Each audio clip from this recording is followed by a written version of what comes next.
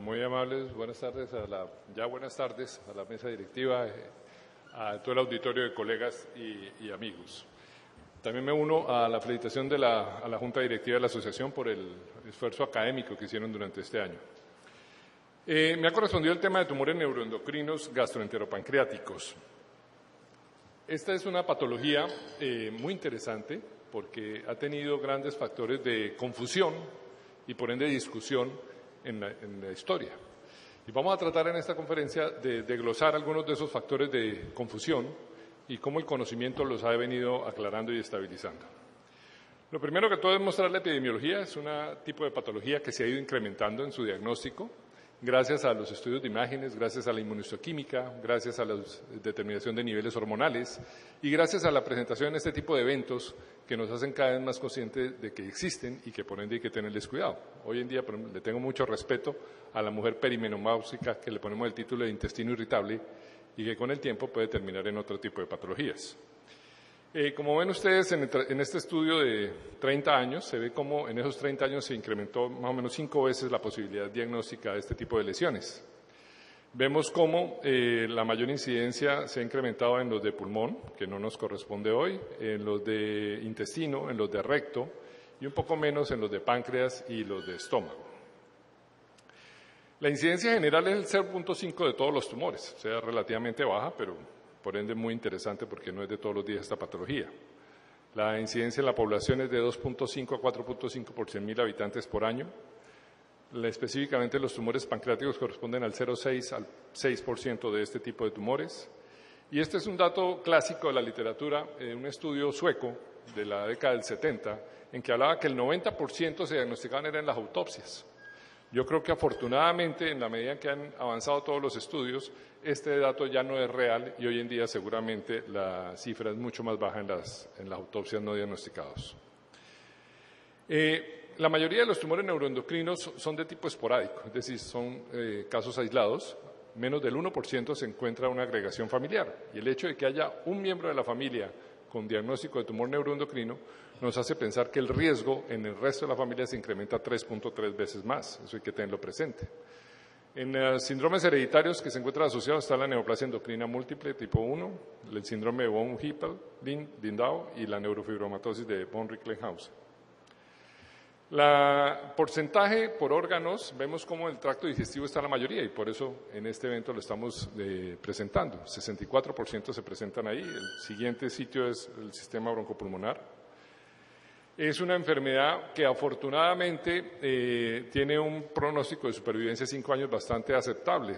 Estamos hablando que la enfermedad localizada llega a un 73%, la enfermedad con afectación ganglionar llega a un 60% y con diseminación a distancia, cosa que no hace ninguna otra lesión con metástasis, llega a un 50% de sobrevida a 5 años. Dentro de los factores de discusión y confusión que les comentaba, empezamos por el nombre. Arrancando ya hay discusión. Entonces vemos cómo el doctor Langhans, hace ya bastante tiempo, describió la histología sin ponerle un nombre. En el año de 1888 el doctor Lubach habló del término de carcinoid, eso es en alemán, que al traducirlo al español dice carcinoide. Él fue el que le puso el título inicialmente de carcinoide y lo describió en 2 pacientes que tenían múltiples tumores de intestino delgado y simplemente la cosa quedó ahí. 20 años después, el doctor Oberndorfer describió la diferencia de este tipo de lesión con el cáncer, dado que los pacientes sobrevivían mucho tiempo, y pues obviamente la diferencia que tenía con los adenomas porque daba metástasis.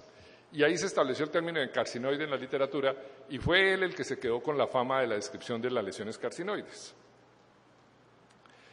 En el transcurso del tiempo se han dado diferentes nombres. Aquí tenemos al doctor Nikolai Konstantinovich Kulchinsky. Yo creo que más ruso no podía ser. Él le dieron ese nombre, las células de Kulchinsky, que él las describió. Tenemos las células enterocromafines por la afinidad que tenían con el cromo, las células argentanfiles por la afinidad que tenían con las sales de plata. El doctor Pierce en 1960 habló de las células APUD, y todos nos acordamos de los tumores APUD y de las células APUD por la captación y decarboxilación de aminas. Y hoy en día se discute mucho el término entre neuroendocrino y endocrino. Y eso se da porque en el sistema digestivo se describen hasta 15 tipos de células de endocrinas. Y esos 15 tipos de células endocrinas producen hasta 30 tipos de péptidos y de aminas. Por ejemplo, aquí entre los péptidos tiene usted el polipéptido intestinal vasoactivo, la gastrina, el glucagón, la motilina, la somatostatina, y todos ellos pues, son de endocrinas, por así decirlo. Entonces, se discute si se debiera llamar endocrino o se debiera llamar neuroendocrino. Pero cuando se hace el análisis morfológico de estas células, se ve que son similares a las neuronas en varias cosas. Por ejemplo, la síntesis de sustancias que pueden comportarse como transmisores, sin tener sinapsis, pero igual que las células neurales se comportan como transmisores. Tener gránulos secretorios, que también lo tienen las células neuronales. Tener antígenos similares a las neuronas, como la enolasa neuroespecífica, la cromogranina A y la sinaptofisina. Y entonces, por esto, la Organización Mundial de la Salud, en el 2010, definió que definitivamente estas células se llamaban neuroendocrinas. Y ahí ya una de las primeras cosas que queda estabilizada en la literatura en cuanto a término. Ahí ustedes ven una microfotografía de una célula gástrica, una célula pulmón, y ustedes ven aquí los macrogránulos y aquí los microgránulos, que son los que acumulan todas las sustancias que pueden producir estos tumores, sobre todo cuando son de tipo funcionante, aclarándoles que los no funcionantes hoy en día también se cree que producen hormonas, pero no tienen efectos a nivel sistémico y por ende no dan manifestaciones clínicas. Otra cosa de confusión es si se llaman tumores o neoplasias, algo muy sencillo, diría uno, pero ahí pongo el ejemplo del síndrome carcinoide, clásico de algunas de estas lesiones, con el rubor en la cara, las heces acosas diarreicas, el broncoespasmo, alteraciones de la presión arterial, el edema, incluso ascitis. Ahí ven un ejemplo de una paciente que tuvimos, ustedes ven el color de la madera del fondo, es el mismo. Y uno pensaría que esto está sobreexpuesto y que esto está con menos exposición de luz. No, era la paciente con la crisis de rubor que hacía del clásico síndrome carcinoide. Viendo todas esas manifestaciones que pueden tener funcionales estos pacientes, entonces se habla de que definirlo como tumor, que es solamente la presencia de masa, pues no es completo, y entonces por ende se prefiere hablar de neoplasia neuroendocrina. Entonces, otra cosa que la literatura va aclarando. Hoy en día hablamos de neoplasias neuroendocrinas. Viene el problema de la localización. Estas células están en todo el organismo y hay el sistema endocrino digestivo, que es el órgano endocrino más grande que tenemos, y se trataba de clasificarlas por la ubicación que tenían las células. Entonces tenemos componentes del intestino primitivo anterior, componentes del intestino medio, del intestino posterior, de los pancreáticos y de otros órganos. Y se trataba de definir por la localización. Este caso es uno de los casos más interesantes que he tenido en mi trayectoria. Es un paciente relativamente joven, unos 24 años, que llegó por un síndrome ulceroso duodenal muy severo, tan severo con la cantidad de úlceras que tenía que se le pidió una gastrina y la gastrina afortunadamente salió muy alta. Eso llevó a que se le hiciera un TAC. El TAC mostró una masa en el hígado, que es la que ustedes están viendo ahí en el espécimen, un paciente del doctor Julio Alberto Nieto, que gentilmente me invitó a la cirugía. Se le hizo un ultrasonido endoscópico en esa época que no mostró nada, se le llevó a cirugía. La cirugía se hizo una lobectomía hepática izquierda, ustedes ven ahí el segmento medial y lateral del lóbulo izquierdo, el espécimen abierto, y esto salió un gastrinoma, pero un gastrinoma en el hígado. Uno diría, se les pasó el primario, pero este paciente yo lo volví a saber de él como 7 años después que me llamó para comentarme algo que iba a mandar a la señora madre para una consulta, y él seguía bien, afortunadamente, un paciente llanero, entre otras. Entonces, por la ubicación gastrinoma en el hígado, bueno, eso complica la clasificación. Se han sacado múltiples clasificaciones en el transcurso del tiempo. Los grados de diferenciación por mitosis, por el KI67 también se han sacado múltiples clasificaciones. Y por esto, la Organización Mundial de la Salud también, afortunadamente, en el 2010, saca una nueva clasificación de los tumores de las neoplasias gastroenteropancreáticas neuroendocrinas.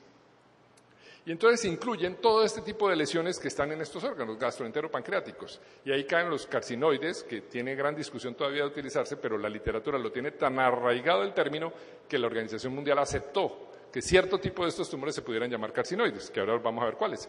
Y ahí caen los insulinomas, gastrinomas, glucagonomas, todo este tipo de lesiones funcionales y no funcionales. En esa clasificación del 2010 se toman unos criterios mayores para determinar el potencial maligno de las lesiones. El primero es la histopatología y los patólogos deben definirlos como bien diferenciados o pobremente diferenciados. Acabaron con el grado intermedio.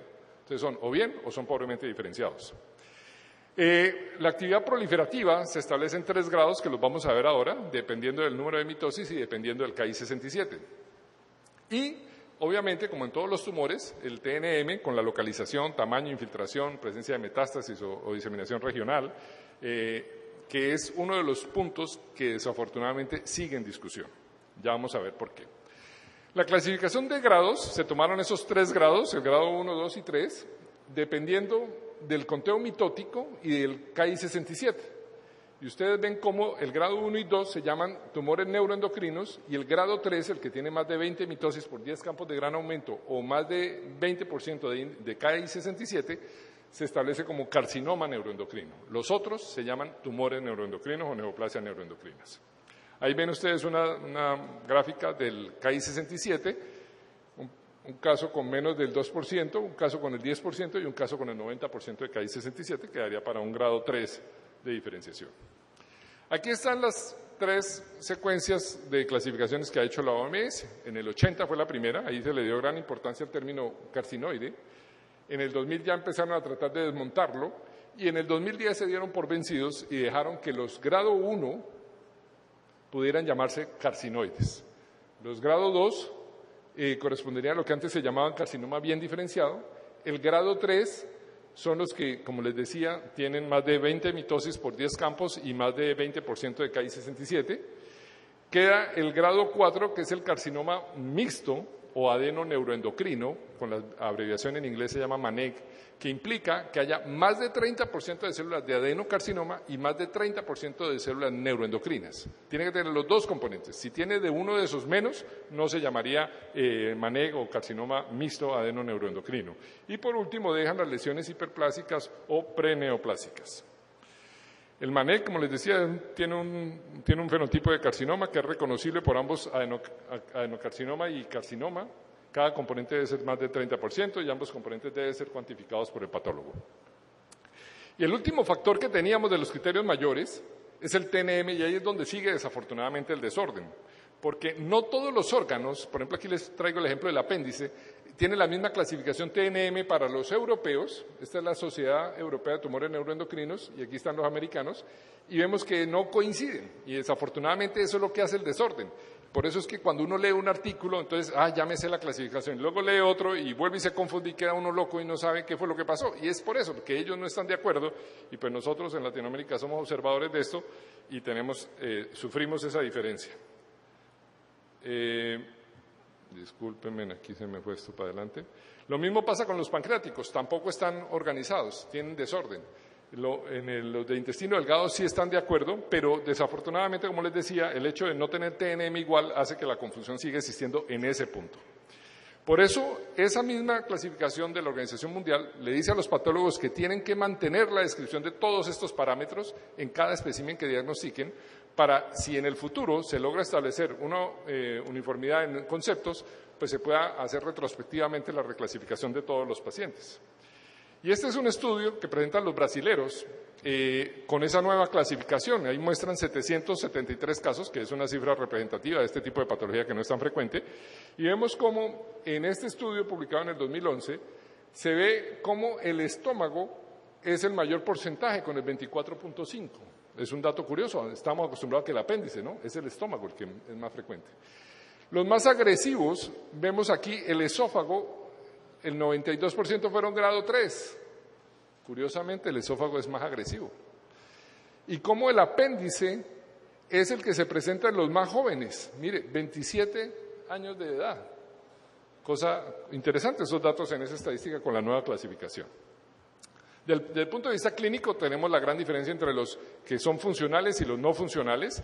Los no funcionales pues tienen un comportamiento indolente, cursan casi sin síntomas y los síntomas que dan usualmente son de tipo mecánico por el mismo crecimiento del tumor, que puede dar el dolor, puede dar la obstrucción, puede haber invaginación de la lesión, y la isquemia intestinal es el otro factor que pueden dar esos pacientes, que puede ser por el mismo tumor o por el compromiso de fibrosis que hacen a nivel mesentérico local este tipo de lesiones.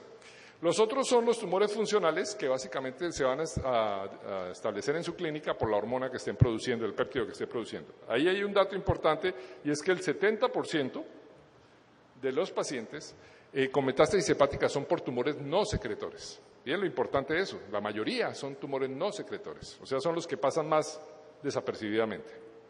Ahí ven un caso de cómo se ve el compromiso del mesenterio en este tumor carcinoide. Aquí lo tienen abierto para recordar que es uno de los factores que puede dar la manifestación en los pacientes no funcionales. Ahí hay otro caso, que es un paciente con un plastrón apendicular por un tumor neuroendocrino del apéndice, que es otra de las presentaciones clásicas que tenemos en cirugía por ese tipo de pacientes. Recordamos que dentro de las características comunes tenemos que usualmente la mayoría afortunadamente son bien diferenciados y que secretan péptidos, aminas o incluso prostaglandinas.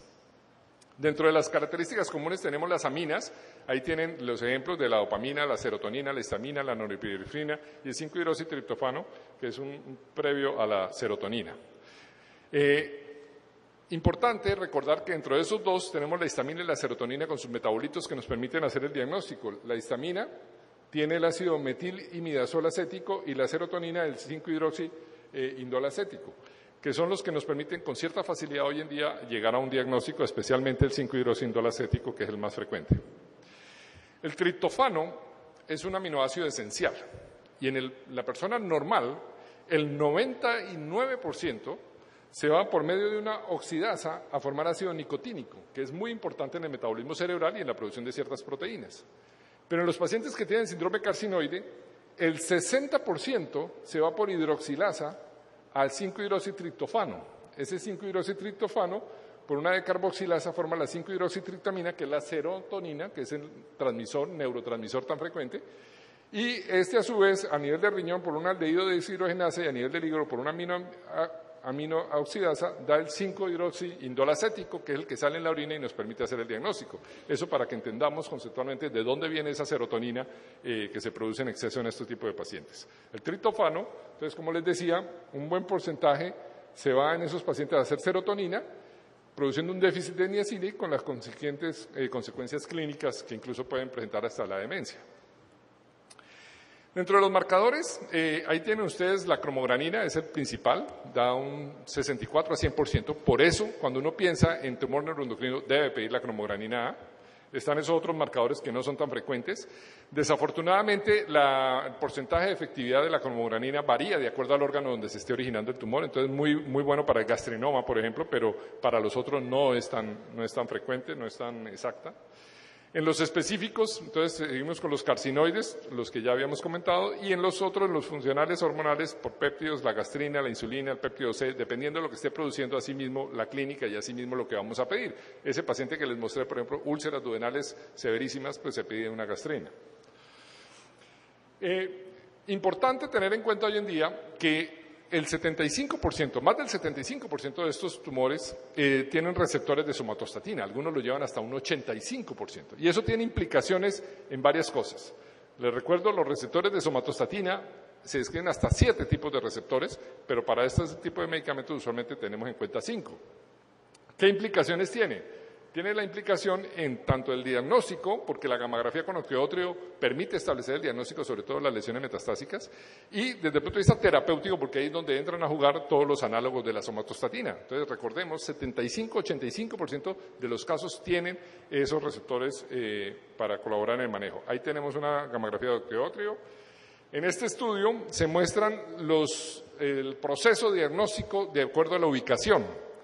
Tenemos como, obviamente, a nivel de tracto digestivo endoluminal, pues la gastroscopia y la colonoscopia usualmente son el primer estudio que se hace. En los órganos sólidos usualmente es el ultrasonido, pero en la medida en que se va investigando más, pues entra con la tomografía, con el PET, la cápsula y la enteroscopia, pues obviamente si estamos pensando en algo de intestino delgado. Esa sería la secuencia. El diagnóstico de estos pacientes usualmente el 49% son lesiones localizadas, hay un 24% que ya tienen lesiones ganglionares y hay un 27% que ya tienen lesiones a distancia, es decir, la mayoría ya tienen lesiones metastásicas regionales o distales en el momento del diagnóstico. Aquí vemos la sobrevida, lógicamente hay una mayor sobrevida en los bien diferenciados, que son los de arriba, estos son los mal diferenciados. Los bien diferenciados, obviamente hay mayor sobrevida cuando la enfermedad es localizada, un poco menos cuando es regional y menos cuando es a distancia. Los que son mal diferenciados, pues obviamente tienen respectivamente un mal pronóstico. En las lesiones de estómago, que son las más frecuentes hoy en día, sigue existiendo esa clasificación de 1, 2 y 3. Les recuerdo que el 1 y el 2, la característica que tienen es que son hipergastrinémicos, son niveles séricos de gastrina elevados. Pero el tipo 1, al estar asociado con una gastritis atrófica, el pH es alto, sencillamente porque no se produce el ácido por la gastritis atrófica. Mientras que en el tipo 2, el pH es bajo, porque sí hay una respuesta a esos niveles elevados de gastrina. El tipo 3 es el esporádico ocasional, que desafortunadamente tiene un pronóstico más malo. Los tipos 1 y 2, como les decía, menores de 1 centímetro son de buen pronóstico, y el tipo 3 usualmente tiene metástasis ganglionares y a distancia en un porcentaje elevado, como se muestra en la gráfica. Este es otro paciente bien interesante que tuve, y lo traigo porque aquí hay que mostrar las cosas. Ese paciente la operé, Margarita se llama, la operé hace unos 15 años. Me llegó una endoscopia y en la endoscopia le encontré una cantidad de nódulos, lesiones polipoides en el estómago, y se veía todo como granulado, todo el fondo gástrico. Tenían alrededor de 25 a 30 nódulos en el estómago, y se hizo el diagnóstico de un tipo 1 de neoplasia endocrina gástrica.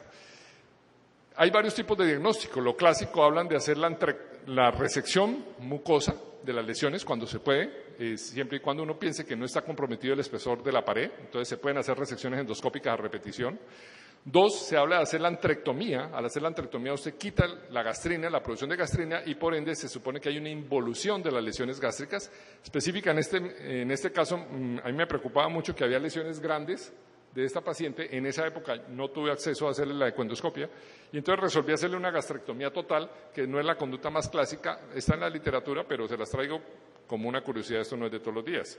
Fíjense el aspecto granular del fondo gástrico, que se describió como una hiperplasia de células enterocromafines en este paciente. La cirugía es el tratamiento de elección de los tumores neuroendocrinos grado 1 y 2, excepto en las etapas avanzadas o con metástasis distantes o invasión local. O sea, cuando uno puede hacer la resección de la lesión, incluso hoy en día de las metástasis, ese es el tratamiento inicial. Pero cuando no se puede hacer eso, entonces ya empezamos a hablar de manejos médicos que vamos a hablar ahora. Las lesiones menores de 1 centímetro, no funcionantes, limitadas a la mucosa o la submucosa, sin angioinvasión, la resección es curativa. Ustedes ven aquí este caso, un paciente que le hice una colonoscopia. En la colonoscopia a nivel del recto le encontré esa lesión subpediculada, se resecó y salió siendo un carcinoide de recto, que con ese tratamiento seguramente el paciente está curado, pero pues de todo modo hay que hacerle seguimiento.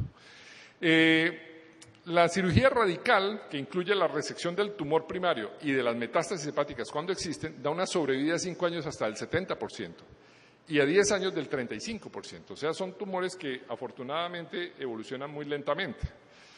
La sobrevida de 5 años, fíjense que es mayor en los pacientes de intestino delgado, en eso se diferencia de los GIS. El intestino delgado en GIS es mucho más agresivo, en intestino delgado el carcinoide es menos agresivo. Los gástricos dan una sobrevida de 21% a 5 años y los apendiculares nada más del 10%.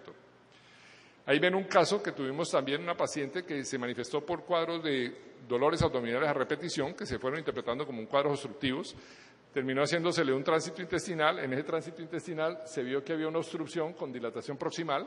Se llevó a la paciente a cirugía, se le encontró esa lesión que ustedes ven ahí, que es un tumor, un carcinoide intestinal, que incluso tenía siembras ya en la serosa, y esa paciente sobrevivió algo así como 10 años aproximadamente, después de hecho el diagnóstico con siembras peritoneales.